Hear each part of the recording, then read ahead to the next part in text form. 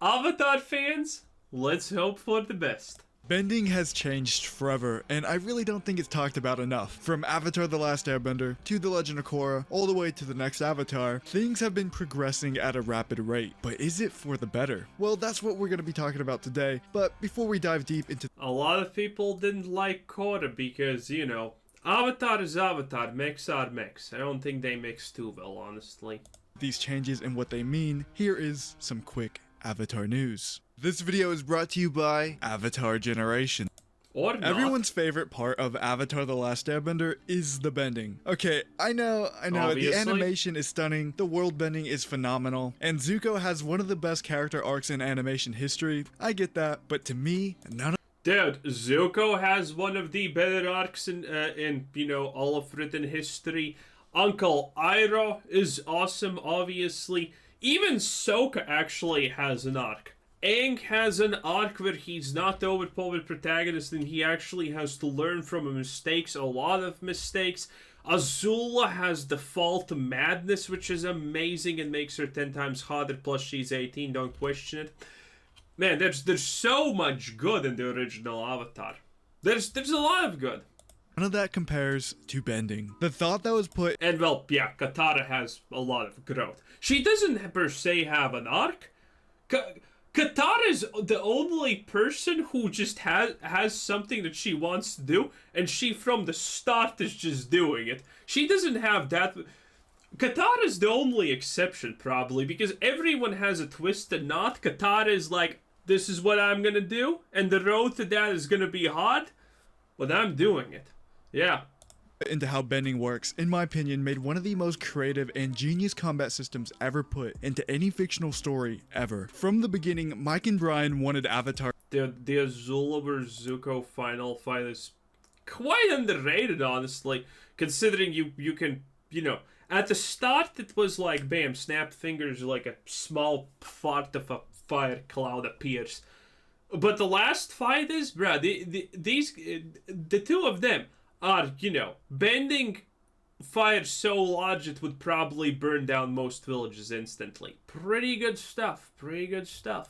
Ever. From the beginning, Mike and Brian wanted Avatar to be different. They didn't want to copy action scenes from movies or have the generic punch punch kick fast animation. That would probably run dry pretty fast with the audience. But not only the audience, but creatively as well. We all love Dragon Ball Z, it's a classic, but this right here, this gets a little old from time to time, which is kind of why Dragon Ball fans get mind blown when things are good. Like when the Broly... I guess true. Dude. When Hit was introduced, I was so hyped that maybe he's gonna use some kind of magic or something like that, because we did not know that well, time stopping is technically magic, but you know, I was so hyped that maybe he's gonna use some magic and it's gonna be something else but just basic punches, and you know, it's gonna evolve like that. It didn't. Still was amazing though. But yeah, I see the point. The movie looked amazing and had amazing fight choreography. They just went insane. And we've had that forever in the Avatarverse. So how did Mike and Brian fix this issue? Well, they started taking classes under a martial arts instructor named Master Kisu. Eventually, after studying under this guy for a while, they pitched him the idea Yeah, I've heard about this. of Avatar, and immediately things started to click. Mike and Brian told him they wanted a monk who could bend air, and instantly Master Kisu attached that idea to Bagwajang. This whole concept of basing the magic system of Avatar on real-world martial arts would stick throughout all of the elements. Waterbending... Well, that's why it doesn't look that bad. That's why we kind of like it, because, well, martial arts are very theatrical, especially the old ones. Which is soft and flowy, would be the perfect match for Tai Chi. The Fire Nation would be aggressive with crisp, long punches and kicks. This would be based on the Northern Shaolin fighting style. The Earthbenders would have this wide stance with powerful movements, and this would end up being based on Hungar Kung Fu. And to make things even better, Toph even... True, by the way. This is something that people don't notice about Avatar, but that every bending style is uniquely different look-wise from each other. Like, the easiest example, it's hard to like classify bending per se, but water is the most fluent, then the second most fluent is fire, and then the least fluent, the most powerful and stale. Well, stale is not a good word, I guess. But the most powerful and stale, well, I don't know what other word to use there, rigid maybe, is earthbending. Airbending kind of goes in. Airbending's kind of, I would not call it soft. It's a little bit of a mix, I guess. But yeah, a lot of people don't notice that about Avatar. But yeah, every bending style is uniquely different in how they perform and do things. Even got her own bending style. They wanted Toph to be unique because she was a small blind girl. They couldn't give her the usual earthbending style. They had to do something that made sense for her character. And that's where the praying mantis style comes in. This would later on go to be very fitting, as one of the ancient rumors surrounding this fighting style is that it was actually created by a blind woman. Now, all of this is amazing, but there's no idea it's a praying mantis style or whatever. But yeah, Toph's earthbending looks more fast and on point. True. And some of, well, her big moves look, well, Toph's actually kind of unique in the sense that usually when we see earthbending, it's big, slow, chunky, but Toph has some really fast moves, which, is a pretty good predecessor to Korra in a sense. There's one problem. Avatar is a franchise and things need to move forward, things need to advance. If you're going to keep this real world aspect to the magic system, what makes the most sense to evolve it for their next series? And that's where modern styles of fighting come in. From the very start of The Legend of Korra, you could tell something had changed. There was this giant city, there were metal benders everywhere, and people were just bending differently. Even the way they were moving around, it was just a lot more similar to what you'd see in an MMA fight. A taller stance, quick 1-2s. I wouldn't say it's what you would see in an MMA. I never associated that with that, but yeah, I understood that. It was pretty easy to see that the bending has gotten modernized. None of these spinning which makes sense, by the way. Attacks that waste a ton of energy. Now, when Korra was first airing, people didn't really know what they were seeing. I remember seeing a bunch of posts being like, why does Korra's fighting look cheap? What happened to the martial arts? All of that stuff. And they never really realized that this was the martial arts went away because the modern era. Done on purpose. The creators even had Korra go through this mini arc of realizing that she was only— Oh, yeah, this. I forgot about it. So, Korra joins the tournament, gets absolutely wasted because all she knows is, the old bending styles. And the old bending styles are not efficient. Previously, I don't know, maybe in the, Savage Ages, something like Tai Chi actually could have been useful because people did not know how to fight.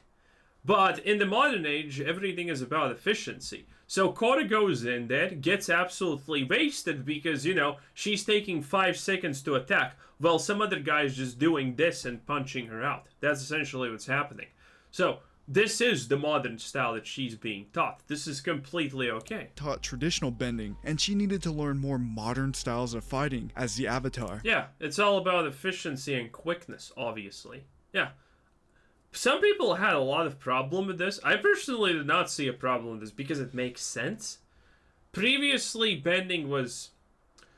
well, it was good still. But you know who did... you know who arguably did Avatar's... The Legend of Aang bending and tried to do it in a modern setting and absolutely failed because they're stupid? Star Wars. The Ahsoka series. Man, if you have seen a single fight from that series, it's so trash. Because it's essentially just these long, drawn-out, completely useless movements. And they're slow, you can see it. Previously, in Avatar, The Last Airbender, The Legend of Aang, it made sense. Because, it was the past, right? People did not know all of the things that they know now. And this makes sense now. If in the TV show Ahsoka, the fighting was done like this, it would have been much better. But instead they essentially went for the Last Airbender type of fighting, where it's a lot more choreographed, a lot more long and whatnot.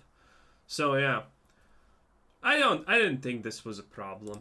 If she wanted to be a modern Avatar, she needed to learn modern fighting styles, and that she did. Now, why did this happen? Why has bending changed so much? Well, there's a few reasons. One of which, it just makes sense. I mean, just look at what happened in real life. You don't see these traditional martial artists competing at the highest level in any combat sport, and if they...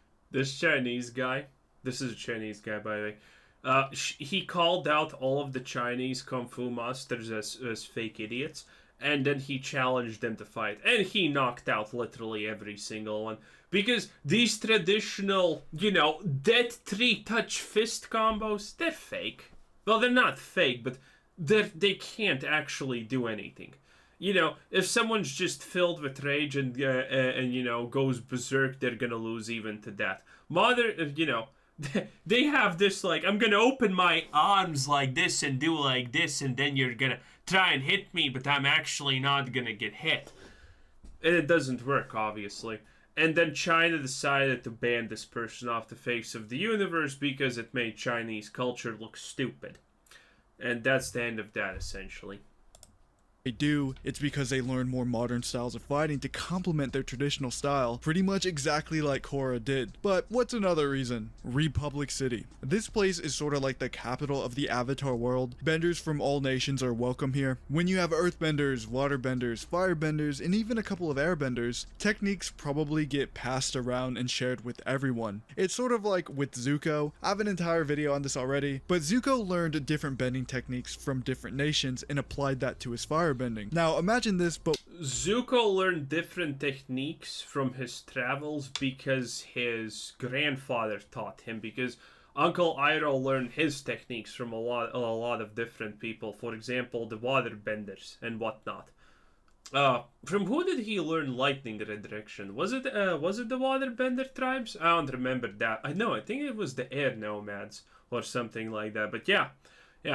So that's pretty cool. But with infinitely easier access to the information that Zuko had, now you have an entire society of people doing what Zuko is doing and evolving those styles even more. Which is why you see like average firebenders just generating lightning and it becoming just a day job for them to do it, when before you had to be royalty to even know.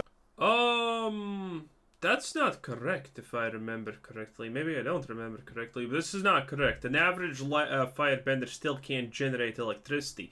The reason why they can generate electricity, I actually think it had something with actual still bloodline inheritance. It's just that more powerful bloodlines exist, and when you learn how to do, for example, lightning bending, that your kids have a better chance to learn how to do lightning bending, and the more people with this bending ability that appear, the more of them will by default be able to do it much easier. And then there's the teaching part also, obviously. Know this technique. Not to mention you have all these different benders from different nations starting families together. Like you have Mako and Bolin. They're brothers, but they bend different elements. Their parents both bent a different element. So now you have this city where lightning generation is normal, blood bending is a lot more common, and you even have a full blood bending is not a lot more common. The reason that you see so many bloodbenders is because this guy had kids, and and that's his bloodline, and he was a bloodbender, and he taught his kids bloodbending. I think this still has a lot to do with bloodlines and talent. More common, and you even have a full society of metal benders. Things are just progressing at this rapid rate, and this leads me. Hey, what can I say? What was her name? I forgot. Opal's pretty fine, and her mom's pretty fine. Her mom's absolutely, absolute fire. Yeah, this was fine. I like this. I like metal benders. To this small but kind of significant Easter egg / lore drop by Avatar Studios in Avatar Generations that most likely will, but not for sure, play a significant role in the future of the franchise. We now have official symbols for subbending abilities. In this chart we have symbols for metal bending, blood bending, lightning bending, and even lava bending, which for that to happen implies that a large group of. This is pretty interesting. Well, metal bending is common because a lot of people learned it over time. Taught people to metal bend. That's what she did. And, obviously she had 15 billion kids or something like that, so there you go. And all of those kids taught metal bending to people. And there you go. And they created a metal bending city. But a blood bending becoming common? No way, Jose. And a lava bending becoming common? No way. We only know 2 lava benders. That's as rare as combustion bending. Happen implies that a large group of people. We know how many. We know 5. Is it 5? I think it's 5. I think we know 5 bloodbenders. There's no way at the bare minimum lava bending becomes normal. Are able to perform these abilities. You wouldn't make a symbol for just one person who's able to perform these abilities. This would have to imply that there are at least a couple hundred or at least a small society of people who could do these things, which is in line with the leaks and rumors that we have gotten in the past for the next Avatar series. A rumor from a very credible leaker was flying around in the past that the next Avatar series will be about the earthbending Avatar after Korra and will take place in a... Makes sense. I think Earth Empire is at least a little bit more interesting than the Fire one. The Fire one kind of seems the most generic and boring, honestly, doesn't it? Cyberpunk setting, potentially even advancing the franchise 200 to 300 years into the future, so it's no wonder that would be insane. We're getting these symbols now. From Avatar The Last Airbender to The Legend of Korra, there were insane Cringe robot. technological advancements and bending advancements as well, and that was only around 80 years. I can only imagine what the Avatar world will look like in 200 or even 300 years after that. We already have these huge mecha tanks, laser guns, high-level bending just being the norm. I know I already said it, but... Oh, here she is. Yeah. Claimed, do not touch. Literally, royal techniques from Avatar The Last Airbender were just being used as a factory working technique in The Legend of Korra. That is just insane to me, and it always will be. With the rumors stating to expect more Dragon Ball level fighting and flying airbenders, it's not crazy to think Republic City... Dragon Ball level fighting would be kind of bad. But, dude, if you make... Obviously, all of us have at one point or another thought about how Avatar would look. You know, how fighting in Avatar would look. You know, against all different types of benders. I don't think... How would you mix even weapons with bending? Obviously, it would probably have to be something like, you know, you use your bending inside your weapon and it modifies it in some way. But what's exactly the point of that? Well, what's exactly the point of, you know, putting in earth bending, for example, in your weapon and make it shoot stronger? Why can't you just make earth bullets? Like, bending is superior to most casual weapons, probably, except long range, I guess. But yeah, because the thing about Avatar, which I'm pretty sure it's confirmed fact at this point, at least there was a theory about this, is the fact that as the generations go on, benders just become better by default. Okay? So yeah, with time, lava bending and whatnot, maybe in 200 years, lava bending is commonplace. But then, what would you want more if you're a lava bender? Would you want a gun? Or would you want to just put pocket sand in your pocket and then pocket sand? And while the sand is flying, you're like, Kagebunshi no Jutsu, and then the sand turns into lava, and congratulations. Your enemy's now in the lava mist and probably painfully dying. I don't think weapons really... I mean, if you're talking about robots like this that no one can touch, then technically yes, but if you're gonna go into the cyberpunk future, it's how do you make one or the other irrelevant? Because again, most bending should probably be more implying that, you know, people have gotten better with bending. Most weapons would be completely useless to even implement bending in it. Like, what is the absolute point of, for example, using earth bending in your gun?